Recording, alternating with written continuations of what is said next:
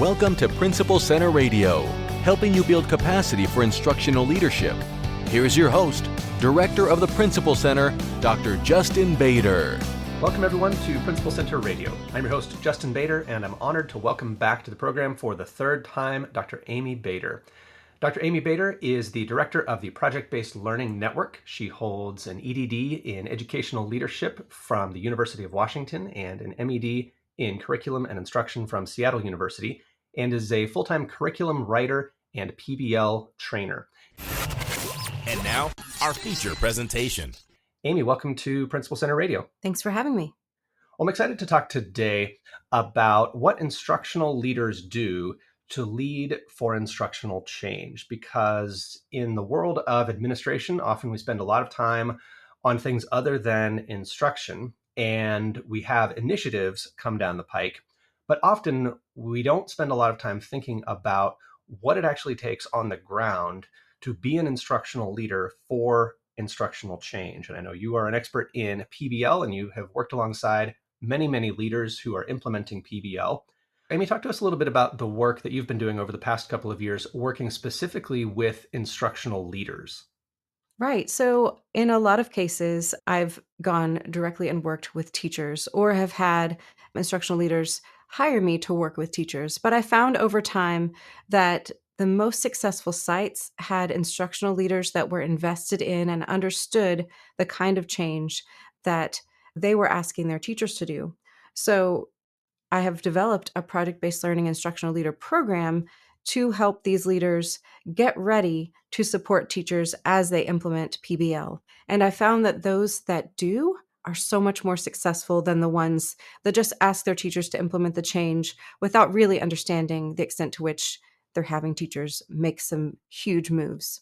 One thing I thought was interesting is as we went to just a variety of national conferences, and you kind of walk around the vendor hall and you realize that a lot of people are there to shop. And I think the shopping paradigm, especially for senior leaders, for central office leaders, is one that in some ways is necessary. Senior leaders do have to shop for changes and figure out, what's within our budget, what's the best opportunity for us. But I see instructional leadership for instructional change as something very different from shopping. And I feel like sometimes if we frame too much of our job as simply making the decision and providing the resources and then backing away, teachers don't necessarily get what they need from us. So what is it specifically that teachers need from their leaders to go through a complex change to their practice like PBL? I think teachers really need to see those instructional leaders rolling up their sleeves and sitting with them and working with them to see how that they're supporting them as they implement this work, that they're there, that they're present, that they're providing that time and support, and really understand what it takes to make those shifts. Often leaders appear to teachers as someone who is pressing a button to make a change happen and then walking away, rather than someone who really understands what it takes to make those changes happen, both on the calendar, in the classrooms, and behind the scenes. Thinking back to when I first started as an elementary principal, and there had been some instructional changes that were in the works. I did not originate them. The wheels had been in motion for a while. And one of the things that I did was I attended, some training for leaders as well as some training for teachers. But one hesitation that I had as a result of that training was just in the realization that I was not going to be the expert. I was never going to be the top expert in our school, in our district, involved in this project, because I was not personally implementing. So I wanted to build my expertise. And I think you probably run across a lot of people who want to build their expertise with PBL, but they also feel like, I'm never actually going to do this myself in a way that's completely authentic. What do you think about that issue? Because I feel like we want to lead by example, but we also feel like, as if I'm a principal, honestly, I'm not going to be teaching the curriculum. I'm not going to be working directly with students very much. So how do I grapple with that as a leader?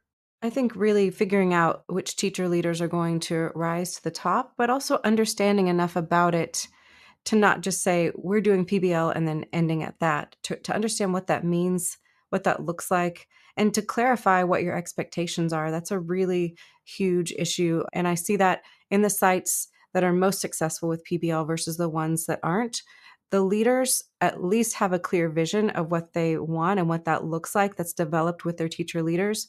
And it's not just a, we're doing PBL and I'm ending it at that. It's really unpacking what you mean by that, what that looks like, what the expectations are, as well as what the support is. And then finding your person who's going to be on the ground, finding your person who's going to be an expert, finding your person that's going to be supporting that all the way through, that can be your right hand person, so to speak, that will make sure that is going to be successful for you and understands the ins and outs of that implementation. Yeah, I've been thinking a lot about empowering teacher leaders lately, and Keith and I are finishing up our book on teacher leadership, and really stands out how much teacher leadership is out there, and yet how often we don't really take advantage of it. So, when you look at some of the sites that you've worked with, what does a teacher leader look like? Somebody who can be kind of activated and empowered to be on the front lines, but also play an important decision making role and not just leave that for administrators. Right. So this person understands the realities of the classroom. They've been in the classroom, they're in the classroom, they are close to the work that teachers are dealing with. They're an advocate for their teacher colleagues. They understand the day to day work, the strains, the obstacles, but they also have a vision for what it looks like to improve, to change, to move forward. They're happy to push back a little bit on their colleagues as well as kind of push back a little bit on administrators and be that person that can really advocate for their teachers as they make decisions alongside administrators. Wonder if we could talk a little bit about readiness, because I think we can all think of individual people like those teacher leaders who seem ready. And yet, a lot of people would look at their organization overall and say, I'm not really sure we are completely ready. Are schools or districts ever completely ready? What does that look like for a district or a school to be ready at the organizational level? To implement project based learning, Absolutely. I've visited some project based learning schools, and if I were to ask them if they were completely ready to implement PBL as a whole school right away from, year 1 to year 2, I'm sure they would probably say, "No, this has been a slow and steady adoption of this PBL school." So, I think that when we talk about readiness, it really depends on how large the organization is, the experience of the teachers, the understanding of project based learning from the administrator's perspective, as well as the support that's available. And then there's the communication with the community about what this looks like and where we're headed. So I would say if we went to the average school district, school building, and we said, hey, tomorrow you're going to take on project based learning, that readiness would not be there just because that's not a tomorrow change that can be made. As far as readiness, we're looking at the will of those involved. We're looking at kind of the skill levels of those involved, as far as the kind of instructional strategies that we're using, the capacity for making curriculum changes, and just a lot of the other issues that the district or the school is dealing with already. So I think that there are lots of questions we can ask to assess whether or not an organization is ready to adopt PBL, whether that means in a 3 to 5 year time span or next week. And I think the answer is never just next week. Thinking back to the middle school where I was a teacher, and I'm thinking about just our overall organizational capacity and how that was always kind of strained. We always had too much going on. We always had a lot of stressors that we were dealing with. And I think we even had researchers who wanted to work with us because they wanted to support us. And in some cases, they would check things out and realize, you know what, they just don't have a lot of bandwidth as an organization to really pursue big change right now. But I can also think of colleagues that I had who absolutely were ready, who were doing new things all the time, who were innovating, who were really pushing themselves. What does readiness look like at an individual level, even if the macro organization is not in a place to make a wholesale change? There are definitely individuals that will be ready for project based learning because it truly invigorates many educators as far as wanting to try something challenging, wanting to try something new, wanting to engage all of their students and connect them to real world experiences. So I would say, typically the person that's ready to try PBL has been in the classroom for a few years. They are someone who is curious, is driven. There's someone who has a little bit of time to make some curriculum changes. They're usually a little bit creative as far as wanting to pull things in from around their community or from things that they are curious about themselves. But I've seen all kinds of people that are ready for PBL, but typically they do need that bandwidth, like you said, as far as something that's not being done to them, but something that they are open to and something that they're ready to try because they want to really see a change in their instruction. I'm hearing themes of intrinsic motivation and choice that seem like they're also what we want for our students, but that need to be there for the teachers who go first as well. Well, let's talk a little bit about timing because, as we've discussed, a lot of organizations are not ready for a wholesale change. They're not ready to move forward in lockstep all at once, and certainly not tomorrow. But there are people who are ready to take some steps. And I think sometimes as instructional leaders, we don't like it when only some people change. We like everybody changing at once because it looks like we have our act together. What do you see as some of the advantages of working with those early adopters and letting them take the steps that they're ready for, even if everybody else is not ready yet? Yeah, I think that there can be some traction that can be built, some curiosity, some interest that will be expressed then by some of their other colleagues. I think one thing you have to be a little bit careful of is feeling like you've really chosen the right people so that you're not demonstrating exclusion or, initiating any jealousy that might happen. So I think making sure you've got your crew together who's ready, but also identifying those people really sensitively so that you have gathered those folks and you're working with them and that you're building traction, but you're not building any sense of exclusion of others that might have been ready and that weren't asked. So, are you saying build in a little bit of option for people, even if you don't think they're the ones who should go first? Like take volunteers to some effect? Invite folks, they'll quickly find out where their readiness is. And I think that that will help you as you get a pilot group together, figure out what works, what doesn't work, figure out what kind of support is necessary, and moving from there. And once people see that you're moving and shaking, they'll want to be part of what's going on. Let's talk about pilot groups a little bit because sometimes people mean a pilot as kind of the beachhead, kind of the first wave to really start strong. And sometimes people mean pilot in the sense of I'm not really committed to this, so let me minimize my investment. Talk to us about some of the pros and cons and what you've seen with pilots and even that thinking around piloting. Yeah, I think we have generally used this as a way to get a small group going so that you can work out any issues that might be there. So you can figure out really what kind of support is necessary to figure out the time that it takes. Because often I think leaders aren't quite clear on what kind of support PBL educators are going to need. And instead of investing, you know, a whole lot to have everyone go through right away and then figuring out that we have some large scale support issues that are needed. It's a little bit lighter and easier to get a pilot group going, figure out what's necessary, hear from them, build in that support, and then take on another round of teachers that are ready to go. And this can be for a variety of reasons. It could be that you have folks that are brand new teachers and they really don't have the time to be part of a huge change right away, and so they might be ready for that second wave when it comes. There are also teachers that are just a little wary of change because they've been through it. Year after year, new initiatives come their way, and they just want to see that you are invested in this and that are going to support it and it's not just going to go away. So they are waiting to see that you are committed and that you will support it, and they might be part of that second or third wave that goes through. So there are lots of reasons why it's just beneficial to have a pilot group and then maybe add people along the way in some situations.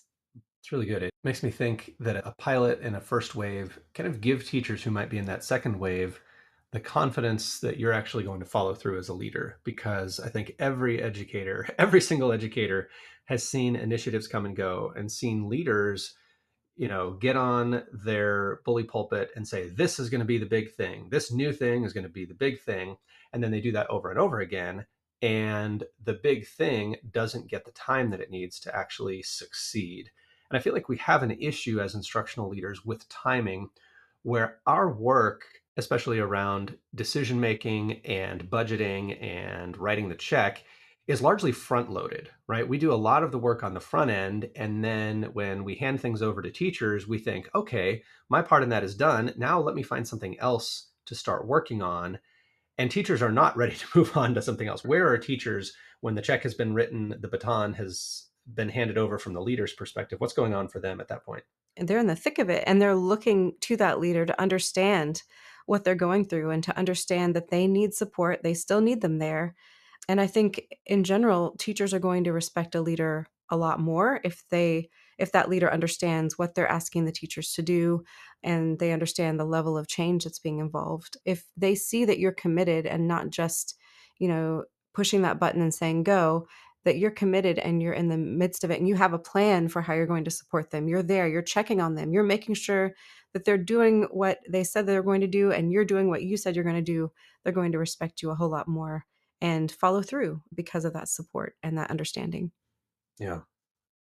I think it's interesting the way that the role of the leader changes as an initiative unfolds. And as you move from those pilot teachers, the people who are raring to go, they're more capable, they're more willing, they're more motivated.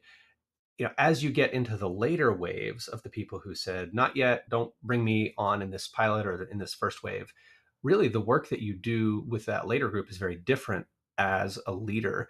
And as you've worked with sites over a number of years, what have you seen in how the leadership work shifts for those later waves? What do teachers who don't go first need in order to eventually get on board and make the change that they need to make?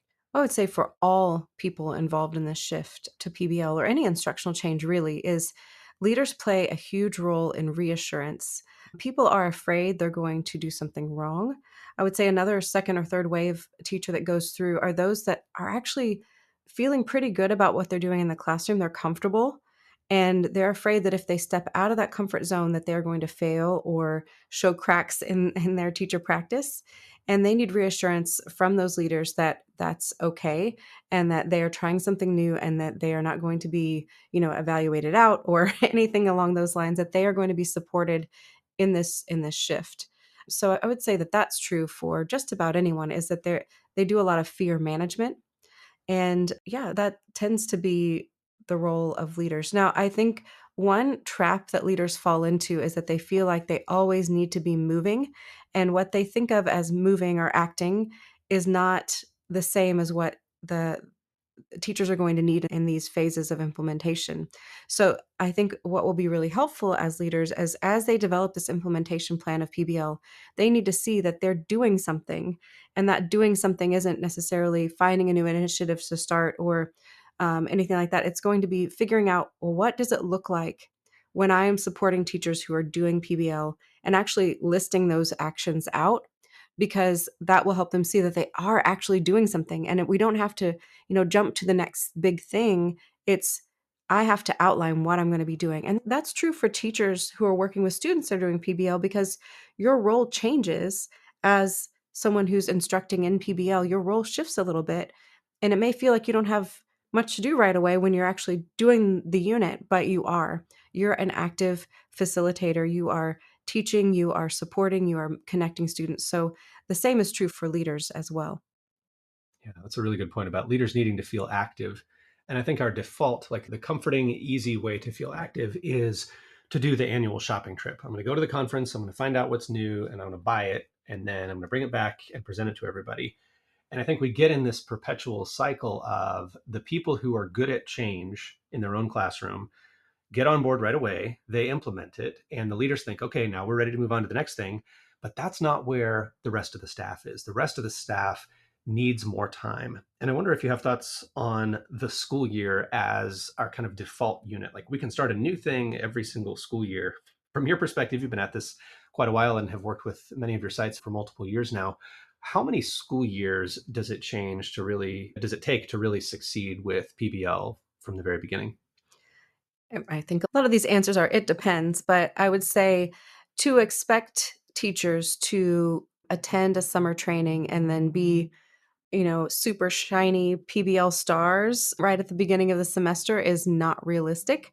I would say that, if you are learning about project-based learning and designing a PBL unit, you can definitely implement in the fall, but you need to be supporting that as a school leader, and they will need another try to really build that PBL instructional capacity throughout the year, especially if you're just piloting in the fall with a smaller group and then building over time. So this really needs to look like a multi-year investment and rollout of PBL instructional strategies, of teaching, implementing, coming back, trying more, building on that, pulling in new folks. So I would say that this is when you're in it for the long haul. This is something that you want to see as a multi-year plan and a way to support teachers as you do that.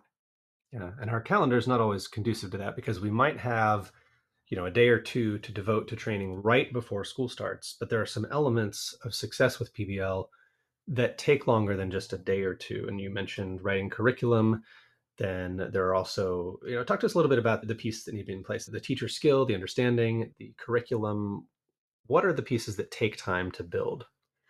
Right. So if your teachers already have a lot of the instructional strategies that are conducive to project based learning, the lift will be less. But if you're working with maybe new teachers or maybe teachers that have gone through alternative certification, they're still building those tools and strategies, it will take some time to help them see the possibilities for what instruction can look like. Also, there's a little bit of a difference, actually, a big difference between finding project based learning instructional materials and implementing instructional materials, and those can be different as well. So, supporting people in implementing PBL units that are already designed or adapting them to their context is different from designing those materials from scratch. And that can be tricky if you're navigating that with the teachers that are new as well. It seems like there are also differences in subject areas. Right. And talk to us a little bit about how things might need to be kind of differentiated for different departments. Right. So there are some classes that are naturally better fits for what project-based learning instruction looks like just because you have a built-in audience. Let's say a theater classroom or a yearbook classroom. Those are kind of like project-based learning courses already because you're going through that process of having a lot of student voice and choice and an authentic audience and an authentic product.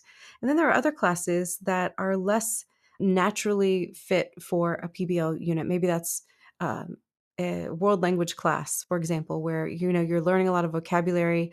Spanish 1, you might have to really think about how you might make it fit for a PBL structured course. But when you do, students are going to remember the course, remember the material a lot more readily than if it's just, let's look at the book, let's listen to this audio passage, and let's practice with each other. So how do you connect that to the real world and real world experiences? So we've talked about some of the time frames and how as leaders we have to be willing to continue to provide support and not go shopping in the middle of one initiative to begin a new initiative. We've talked about how leaders need to continue to be on the front lines and work alongside teachers and provide support so that they can reach the point where they're successful and they're seeing the results that they want to. Thinking about some of the people who've been through your project-based learning instructional leader program, what have you seen that has been successful for them? What have been some of the common keys to success? I would say I've had some fabulous PBLAL participants, and some of the ones that I've seen that have gone through that have been successful, they go through with someone else. So maybe it's a principal and assistant principal, or an assistant principal and a teacher leader who's going to be in charge of this on the ground level. Also, these folks, they've really figured out the specifics, and that's because the course asks them to. So I could just give a prescriptive, here's what you all need to do for project based learning, instructional leadership at your site, and everyone go do it. But that would not necessarily work. So, what I ask folks to do, I have them think about who's on your team, who are you going to have pilot, what kind of support are you going to provide them? Get out your calendars. Like, let's fill that in and figure out when you're going to actually provide them with the support that they need. So it's very contextualized to their site, it's very specific. And I have them really wrestle with the fact that if you're asking people to make a change, then that needs to be reflected in your budget and in your calendar and in your personal support of that work. It can't happen magically. You have to provide that support and you have to be specific and clear about what it looks like to be successful. Very well said. So if people want to learn more about the PBL Instructional Leader Program or get in touch with you, where's the best place for them to go? You can check it out at amybaeder.com/leader to learn more about the PBLAL program. You can also find me at amybaeder.com/call, and we can schedule a quick meeting just to talk about what makes sense for your site and if there's some support that I can provide you as you work toward instructional change in your building. Dr. Amy Baeder, thank you so much for joining me on Principal Center Radio. It's been a pleasure. Thanks for having me. Thanks for listening to Principal Center Radio. For more great episodes, subscribe on our website at principalcenter.com/radio.